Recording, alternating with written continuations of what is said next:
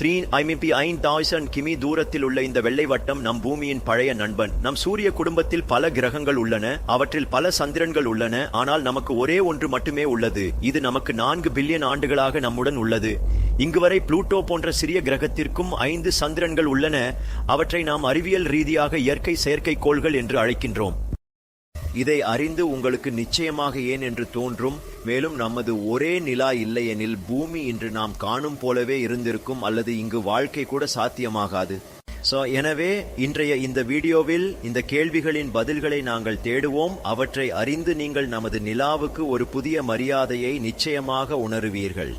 முதலில் நமது அருகிலுள்ள கிரகம் மார்ச் 2 நிலாக்களை கொண்டுள்ளது மற்றும் ஜூபிடர் மற்றும் சாடர்ன் இரண்டிலும் 60க்கும் மேற்பட்டவை உள்ளன.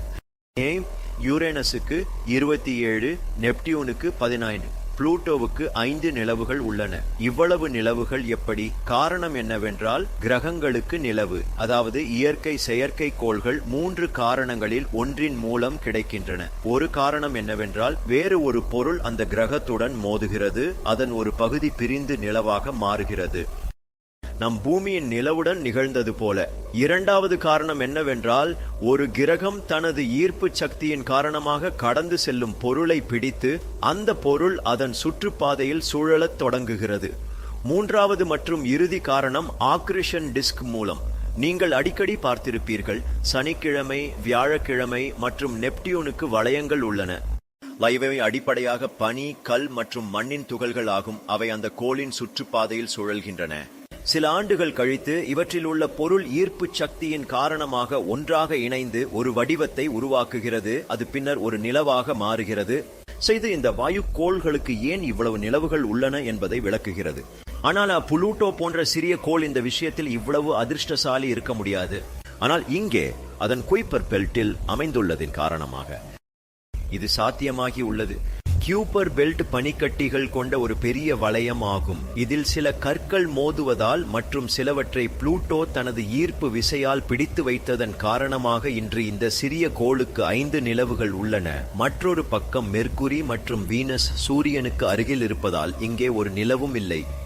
நாமெல்லாம் பூமியில் வாழ்பவர்கள். நமக்கு ஒரு சந்திரன் கிடைத்தது நமக்கு அதிர்ஷ்டம். அதை நாமே பாதுகாக்க வேண்டும். சரி, நல்லா இதை கண்டுபிடிப்போம். இதனால உங்களுக்கு இது பத்தி எந்த சந்தேகமும் இருக்காது. சந்திரன் வானத்தில் இல்லை என்றால் முதலில் நீங்கள் இரவுகள் எவ்வளவு இருண்டிருக்கும் என்பதை கற்பனை செய்யலாம். சந்திரனுக்கு பிறகு இரவில் 2வது மிக ரோஷனமான பொருள் வியாழன். ஆனால் அது நம் சந்திரனை காட்டிலும் சுமார் 2000 மடங்கு குறைவாக ரோஷனமாக உள்ளது.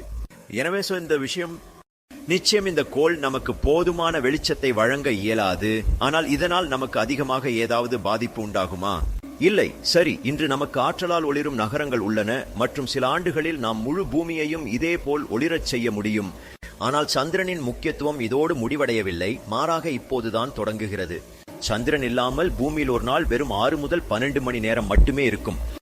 இதன் பொருள் இன்னைக்கு 1 ஆண்டில் 1000 முதல் 20 அதிகமான நாட்கள் இருக்கும். இது ஏனெனில் நிலாவின் ஈர்ப்பு சக்தி காரணமாக பூமியின் சுழற்சி வேகம் மந்தமாகிறது மற்றும் அதிக காலம் கழிந்த பிறகு நாட்களில் மணிநேர வேறுபாடு ஏற்படுகிறது. இதற்கு கூடுதல் நிலா இல்லாததால் அலைகள், அதாவது கடல் அலைகளிலும் பெரிய மாற்றம் ஏற்படும். உயர்ந்த அலைகள் மற்றும் குறைந்த அலைகளில் கடலின் நிலை 3இல் 1 பங்கு குறைந்துவிடும்.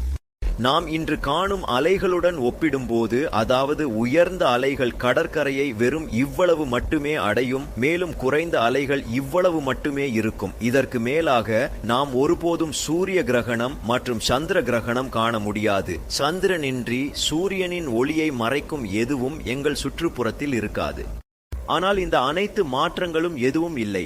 நம்மை உண்மையில் அச்சுறுத்தும் விஷயங்களுடன் ஒப்பிடும்போது நாம் அறிந்திருக்கிறோம், பூமி தனது அச்சில் 23.12 டிகிரி சாய்ந்துள்ளது. இதனால் இங்கு பருவ காலங்கள் ஏற்படுகின்றன.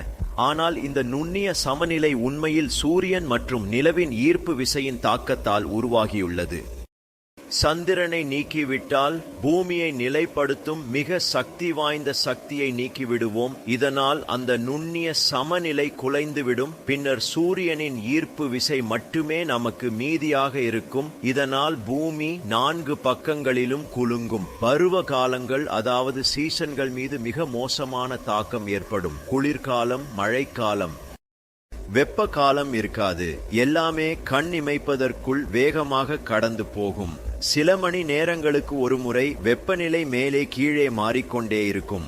மதியம் வெப்பநிலை 50 டிகிரி வரை இருக்கலாம். இரவில் 22 டிகிரி செல்சியஸ் ஆகும். இது நம்மை மனிதர்களையும் பிற உயிரினங்களையும் மிகப்பெரிய இயற்கை தேர்வின் செயல்முறையில் பங்கேற்க தள்ளும். அங்கு வெறும் சிலரே உயிர் வாழ முடியும்.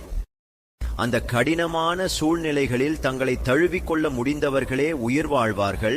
ஆனால் இந்த மாற்றம் பெரும்பாலான இனங்களை அழித்துவிடும் என்று விஞ்ஞானிகள் கூறுகின்றனர். ஆனால் நாங்கள் செய்மர்ஷுகள் நம்மை காப்பாற்றிக் கொள்ளக்கூடும். மனிதன் இன்றைக்கும் ரொம்ப நவீனமாகிவிட்டான். ஆனால் சந்திரன் ஆரம்பத்திலிருந்தே பூமியின் துணையாக இல்லை என்றால் நிலைமை அதே போல இருந்திருக்கும். இல்ல, நாங்கள் இங்கு இருக்கவே இருக்காது. பூமியின் சூழல் ஒரு உயிர் வளம் உருவாகும்படி அமையவே அமையாது. இது 4 மில்லியன் ஆண்டுகளுக்கு முன்பு பூமி மற்றும் சந்திரன் புதிதாக உருவான போது சந்திரன் பூமியுடன் இன்றிருக்கும் தூரத்துடன் ஒப்பிடுகையில் சுமார் பாதி தூரத்தில் இருந்தது. மேலும் சந்திரன் அருகில் இருந்ததால் அதன் ஈர்ப்பு விசை பூமிக்கு மேலும் அதிகமாக பாதித்தது. இதனால் அந்த காலத்தில் வேகமாக சுழன்ற பூமி பெருமளவில் நிலைத்துவமாக, அதாவது ஸ்திரமாக மாறியது. இவ்வாறு முதல் முறையாக பிறந்தது வாழ்க்கையின் மூலக்கூறுகள் RNA மற்றும் DNA. இவை இன்று முழு பூமியின் உயிரியல் அமைப்பின் அடிப்படையாக உள்ளன. இந்த 2 மூலக்கூறுகளின் சிறப்பு என்னவெனில் அவற்றை சுற்றியுள்ள சூழலுக்கு ஏற்ப தங்களை மாற்றிக்கொள்ள நேரம் தேவைப்படுகிறது. மேலும் அவை தனியாக இதை செய்ய முடியாது. அப்போது புதிதாக பிறந்த பூமி, இப்போது கூட நீங்கள் நினைக்கிறீர்களா சந்திரன் எங்களுக்கு இவ்வளவு முக்கியமல்ல என்று? படம் எனக்கு தோன்றுகிறது. நீங்கள் இன்றிலிருந்து சந்திரனை ஒரு முற்றிலும் புதிய. இந்த வீடியோவை பார்த்ததற்கு நன்றி. இந்த வீடியோ உங்களுக்கு பிடித்திருக்கும் என நம்புகிறேன் மற்றும் அதிலிருந்து ஏதாவது கற்றுக்கொண்டிருப்பீர்கள். உங்களுக்கு பிடித்திருந்தால் லைக் மற்றும் பகிர்வதை மறக்காதீர்கள். மேலும் இவ்வாறான அறிவியல் வீடியோக்களுக்காக சேனலை சப்ஸ்கிரைப் செய்து அறிவிப்பு மணி ஐ ஆன் செய்யவும். அடுத்த வீடியோவில் உங்களை